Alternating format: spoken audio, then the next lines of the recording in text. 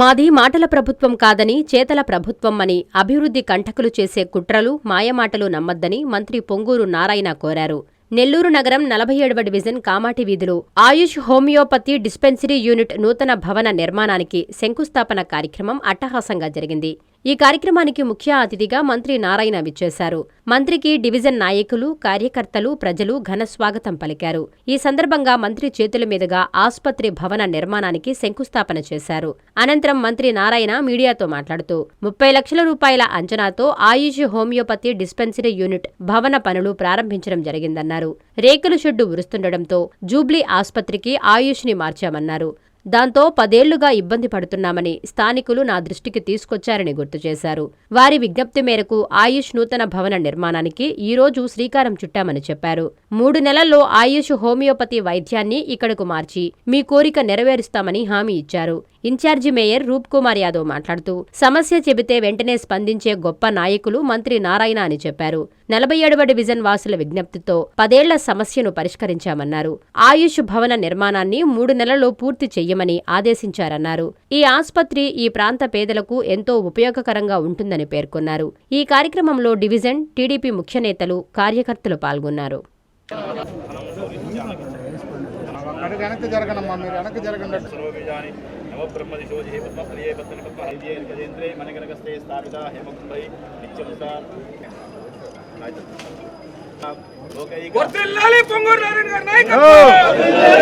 డివిజన్లో ఆయుష్ హోమియోపతి ఆసుపత్రిని కన్స్ట్రక్ట్ చేయడానికి 30 లక్షలతో యాక్చువల్గా శాంక్షన్ చేయడం జరిగింది.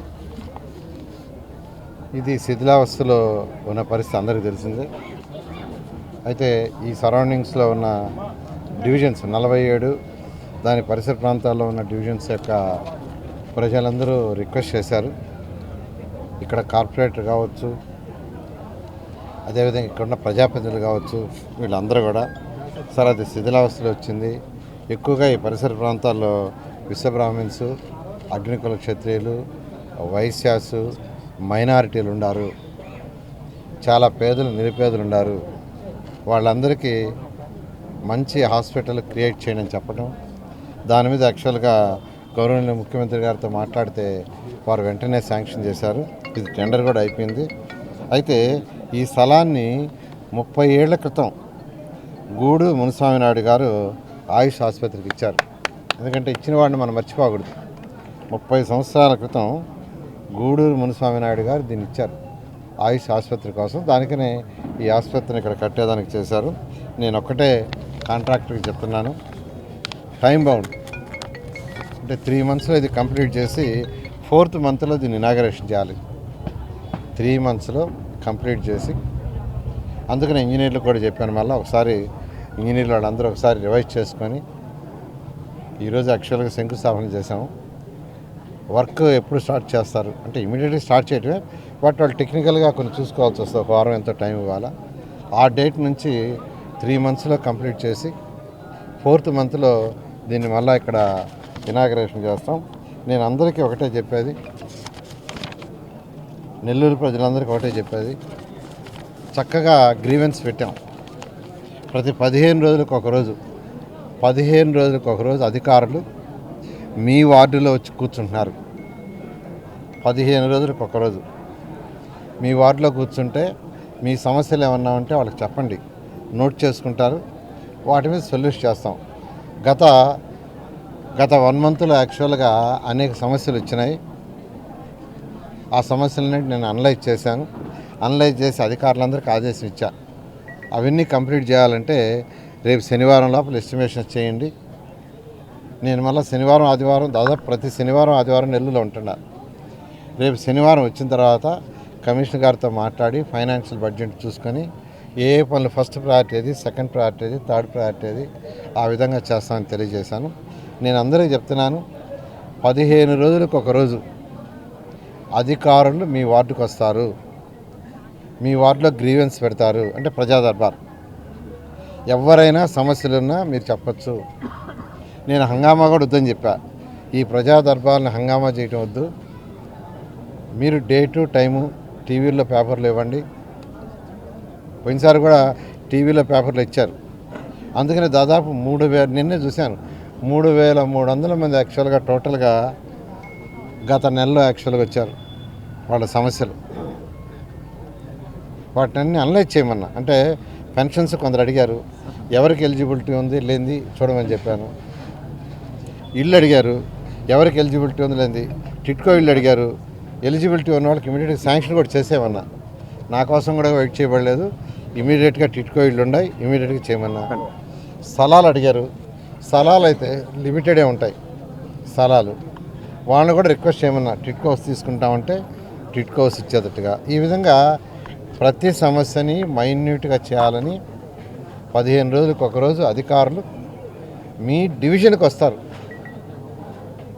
మీరు సమస్యలు టైం కూడా చెప్తారు. ఇప్పుడైతే ఈ వీక్ రాబోయే వీక్ నుంచి 10 to 12 ఉంటారు. 10 గంటల నుంచి 12 గంటల వరకు ఉంటారు. 10 to 12 అక్కడ కూర్చుంటారు. 15 రోజులకు ఒక రోజు మీరు ఆ గ్రీవెన్స్లు ఇవ్వండి. తర్వాత ఏదైతే డ్రైన్స్ వర్షాలు వస్తే 2017 లాగా నెల్లూరు మునిగిపోకూడదని ఏదైతే డ్రైన్స్ ఉన్నాయో ఆ డ్రైన్స్ అన్నీ ఓపెన్ చేయడానికి 50 కోట్లతో బడ్జెట్లో గౌరవమైన ముఖ్యమంత్రి గారు శాంక్షన్ చేశారు. టెండర్ అయింది, వర్కులు కూడా స్టార్ట్ చేశారు. ఫస్ట్లో అయితే కెనాల్కి అటు ఇటు 6 అడుగులు 6 అడుగులు, కెనాల్కి అటు ఇటు 6 అడుగులు 6 అడుగులు తీయాలనుకున్నారు. మళ్ళీ నేను అధికారులతో మాట్లాడే అవసరం లేదు, అటుపక్కగా 3 అడుగులు తీయమన్నాను. అందువల్ల మార్చేసింది కూడా తగ్గిస్తున్నారు. దీనికి అందరూ సహకరించండి. ఇంతవరకు అందరూ సహకరిస్తున్నారు. కొందరు రెచ్చగొట్టేదానికి ప్రయత్నిస్తున్నారు. రెచ్చగొట్టడం ప్రయత్నించడం అంటే నెల్లూరు సిటీ నాశనం చేయటమే. ఎందుకంటే నేనే పర్సనల్ అధికారులతో నంబర్ ఆఫ్ టైమ్స్ కూర్చున్నా. ప్రజలకు ఇబ్బంది కడగకుండా ఏదైనా ఇబ్బంది ఉంటే తక్కువ ఇబ్బందితో వాళ్ళతో డిస్కస్ చేసి మాట్లాడి, మీరు పోయి కొట్టేయద్దు, ఏదైనా ప్రహరీ గోడ అలాంటివి చేయాలంటే వాళ్ళకి చెప్పండి.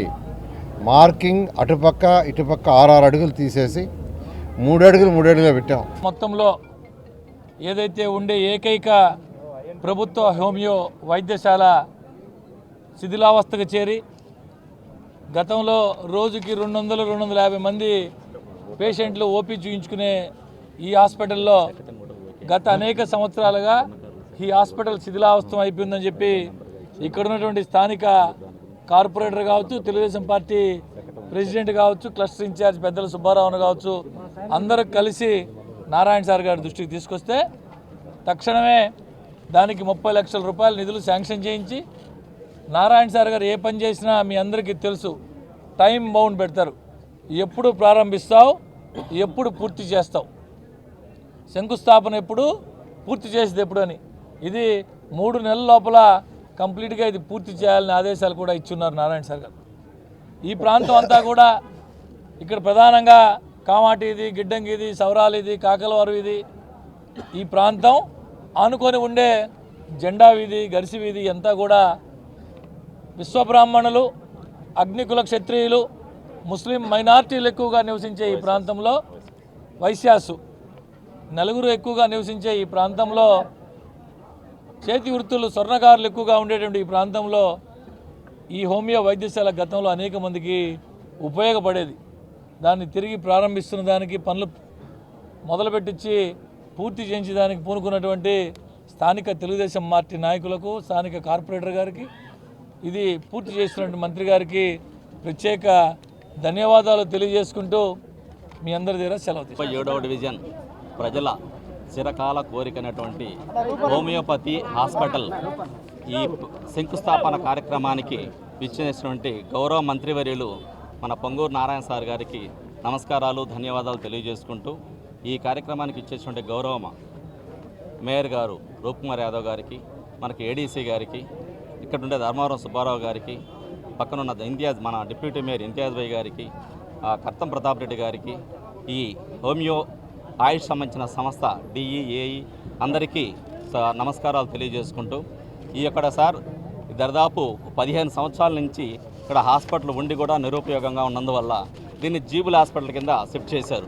ఇక్కడ ఉన్న కస్టమర్లు అంటే ఎవరైతే ప్రజలు చూపించుకుంటూ వచ్చారో వారందరికీ హోమియో వైద్యం అందేదానికి చాలా ఇబ్బంది పడుతున్న సమయంలో, ఎందుకంటే చాలా పేద స్వర్ణకారులు ఉండే వార్డు ఇది. స్వర్ణకారులకి ప్రస్తుతానికి పనులు లేక ఇబ్బంది పడుతూ మన ఇంగ్లీష్ వైద్యం అల్లోపతి వైద్యం చేయించుకోవాలంటే చాలా కాస్ట్లీతో కూడింది కాబట్టి అంటే వయస్సు మళ్ళిన వారు చిన్న వారు అందరూ వచ్చి కూడా ఇక్కడ ఈ వైద్యాన్ని చేయించుకున్నానికి చాలామంది ఉత్సాహం చూపించేవారు.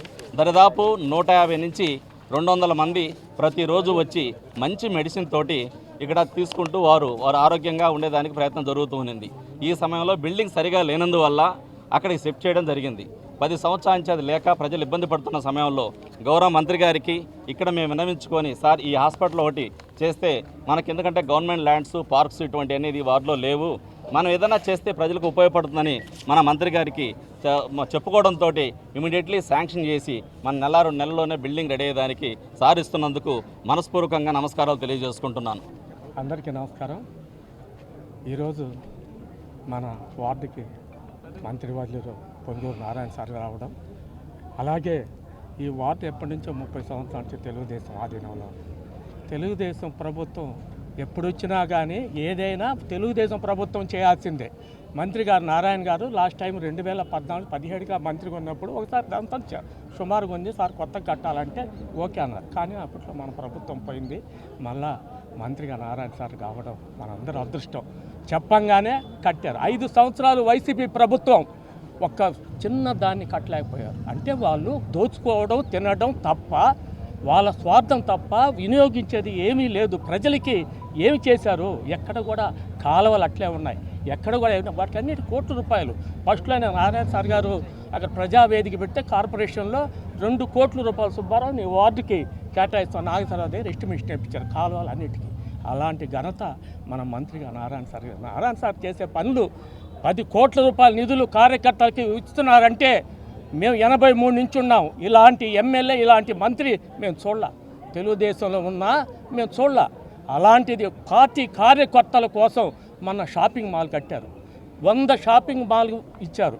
ఎందుకోసం ఇచ్చారు? పార్టీలో పనిచేసడానికి ఇచ్చారు. అందువల్ల ఎప్పుడైనా తెలుగుదేశం పార్టీ, తెలుగుదేశం నాయకులు నిజాయితీ పరులు. సార్ డబ్బు కోసం రాలా, ప్రజలకు సేవ చేసేదానికి వచ్చారు. అది ఆయన గొప్ప ఘనత. ఈరోజు ఆయన సొంత డబ్బుతో కార్యకర్తల నిధి ఏర్పరిచి వాళ్ళ కార్యకర్తలు ఆరోగ్యం బాగలేకపోయినా ఏదైనా ఆర్థికంగా ఉన్నా 25 నుంచి 50 వేల రూపాయలు సొంత డబ్బు ఇస్తున్నారంటే ఎవరిస్తారండి ఈ రోజుల్లో? ఇలాంటి నాయకులు మనకు దొరకడం, మన మంత్రిగా నారాయణ సార్ ఉండడం, ఆయన ఎప్పుడు ఈ ఎమ్మెల్యే సీటు కాదనుకుంటే తప్ప ఆయన ఉన్నంత వరకు ఆయనే మన సిటీ ఎమ్మెల్యేగా ఉండాలి. నారాయణ మాతృసేవా పథకం అమ్మతనానికి కమ్మనైన పథకం. సుమారు 1500 విలువ గల నారాయణ బీబీ హెల్త్ కిట్ ఉచితం. అవుట్ పేషెంట్స్ కు ప్రతి నెల డాక్టర్ ఫీజు ఉచితం. అల్ట్రాసౌండ్ స్కానింగ్ ఉచితం. గర్భిణీ స్త్రీలు కాన్పు కోసం కానీ ఇతర అవసరమై హాస్పిటల్లో చేరినప్పుడు బెడ్ ఛార్జీలు ఉచితం. ప్రాథమిక వైద్య పరీక్షలు ఉచితం. మందులు ఉచితం. బ్లడ్ బ్యాంక్ నందు అవసరమైన వారికి రక్తం ఉచితం. 5 నుండి 9 నెలల గర్భిణీలకు ప్రతి నెల చెకప్ సమయంలో ఉచిత డ్రై ఫ్రూట్ బాక్స్ మరియు వేరుశెనగ చిక్కీలు ఉచితంగా ఇవ్వబడును. బిడ్డ పోషణ నిమిత్తం తల్లికి 3000 రూపాయల నగదు అందించబడును. కాన్పు కోసం అంబులెన్స్ ఉచిత పికప్ సదుపాయం కలదు. నెల్లూరు నగర పరిధిలో నారాయణ మాతృసేవా పథకం, నెల్లూరు.